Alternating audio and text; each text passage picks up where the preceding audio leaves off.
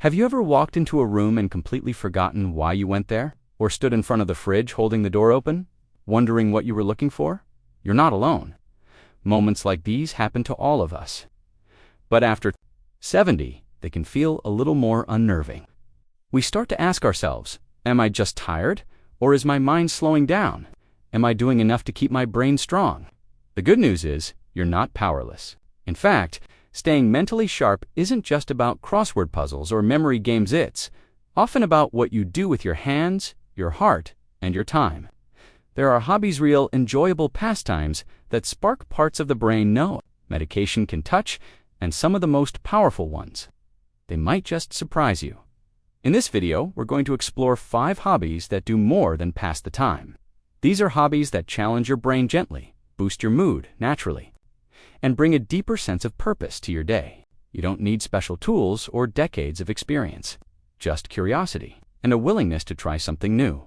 Before we begin, if you enjoy learning how to stay strong, sharp, and joyful in your 60s, 70s, and beyond, go ahead and hit that subscribe button and turn on the notification bell. It really helps the channel, and it means the world to me and our little community. And if something in this video speaks to you, I'd love for you to leave a comment, hit the like button, or share it with someone you care about. Together, we're building a circle of wise, empowered seniors, and your voice matters, all right? Let's get into it. Let me tell you about a man named Harold. He picked up painting at 73. Never painted a thing before that, not even as a kid. He just walked into an art class his neighbor invited him to, and fell in love with how the colors mixed, how time disappeared when he was focused on a single brushstroke. But something else happened too. He noticed he slept better, remembered appointments more clearly, even felt more creative during conversations. That's not just anecdotal. When we create, especially with our hands, we activate a network in the brain that improves problem solving, motor control, and emotional regulation. Painting, sculpting, wood carving, knitting, ...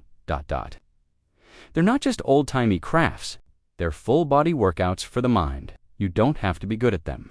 You just have to enjoy the process.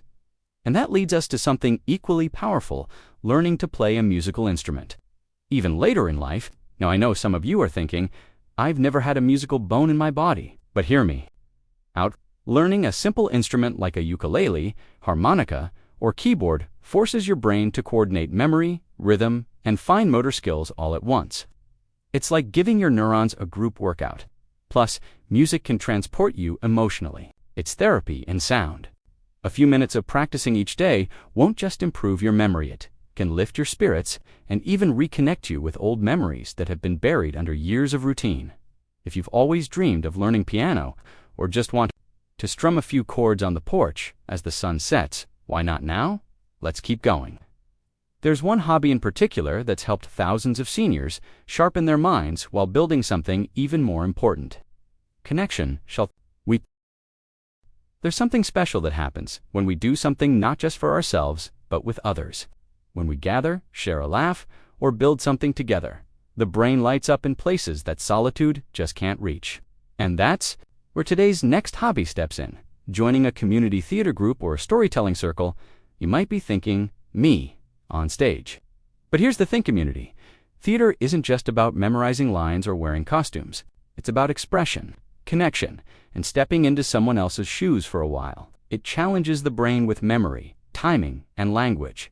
It invites you to feel emotions out loud, to speak clearly, to move with intention. Even if you never step under a spotlight, being part of rehearsals, helping backstage, or sharing your own stories in a local storytelling group can do wonders for your cognitive health.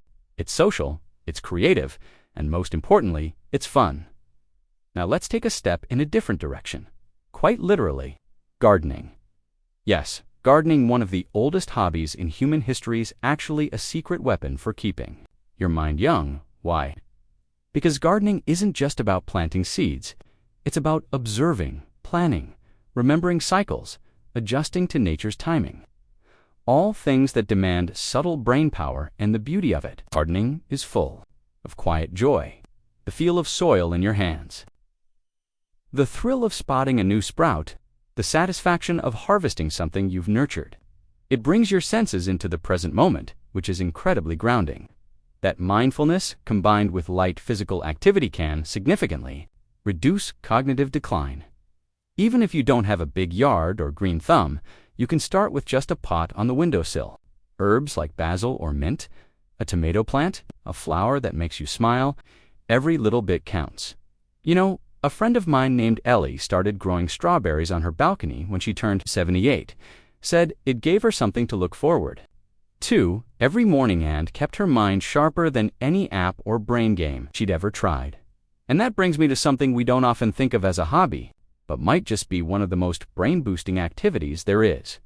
Learning a new language? Now, I'm not talking about becoming fluent in French overnight or studying like a teenager before a test.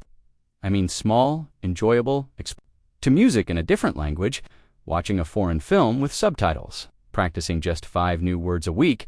The act of switching between sounds, meanings, and grammar structures builds incredible neural resilience.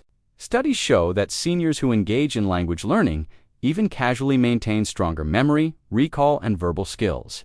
And it's not just about the brain. It opens your world. Imagine traveling and being able to greet someone in their native tongue, or singing along to a melody in Italian or Spanish. That sense of discovery, it's ageless. Now we've explored hobbies that work your hands, voice, and memory. But there's one final one that ties them all together. Something gentle, curious, and deeply enriching. Let's keep going. The last hobby I want to talk about today might surprise you, because it's something many people associate with children or young adults.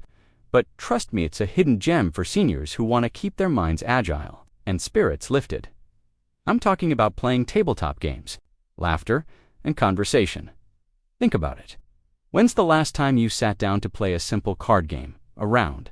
These games aren't just about passing the time, they're about pattern recognition, word recall, decision-making, and staying socially engaged. Every move you make exercises multiple parts of your brain memory, planning, even emotional regulation. And the best part, you can play with friends, family, or even join community centers or online groups that host weekly sessions. I've met folks who've built entire new circles of friends through weekly bridge games or Sunday afternoon chess. Is your kitchen table. But what if mobility or social access is a challenge? That's okay. Many of these games now exist in simple tablet apps or browser versions, where you can play with others or solo. And if the rules seem tricky at first, there's joy in learning, because every new rule you master gives your brain one more connection, one more way to stay flexible and sharp. I remember a gentleman named Walter who started playing word games online with his granddaughter after she moved away to college. It became their weekly ritual, one game every Sunday morning. He said it made him feel 40 again. And more than that, it gave them a shared world, even from different cities. And isn't that what we're really after? Because here's the truth. It's about being alive in your own story. It's about waking up curious, about using your hands and your heart and your history to keep growing, whether that's through telling stories on a small stage, planting strawberries on a windowsill, learning to say hello in 5 new languages, or playing a silly word game with someone you love. Each of these hobbies is more than a pastime. It's a practice, a chance to stay awake, present, engaged with the world around you. And if you're still here with me, I want to thank you. Thank you for being curious, for still reaching forward, for knowing that there's more to life even now, maybe especially now, than just getting by. Please don't forget to subscribe to the channel if you haven't already, and tap that little bell so you'll always catch our next conversations. It means a lot to me, and to the community we're building together. If this video resonated with you, I'd be honored if you gave it a like, or shared it with someone who might need a gentle nudge toward something new. And tell us in the comments, what hobby has surprised you lately? What keeps your mind young? Let's keep the conversation going. And here's to never letting our age tell us what we're capable of.